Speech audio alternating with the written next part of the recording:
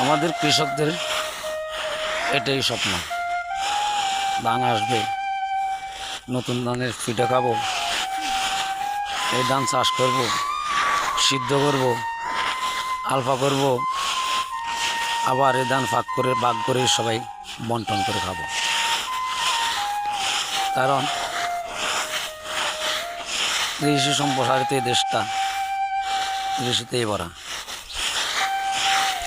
যেখানে ফলে ধান থেকে শুরু করে হাজার রকমের শাক সবজি, ফল ফলাদি ফসল, হরেক রকমের ধান, কেউ চিকন, কারো মোটা ধান, কেউ করে একজন একটা, যার যেটা ভালো লাগে।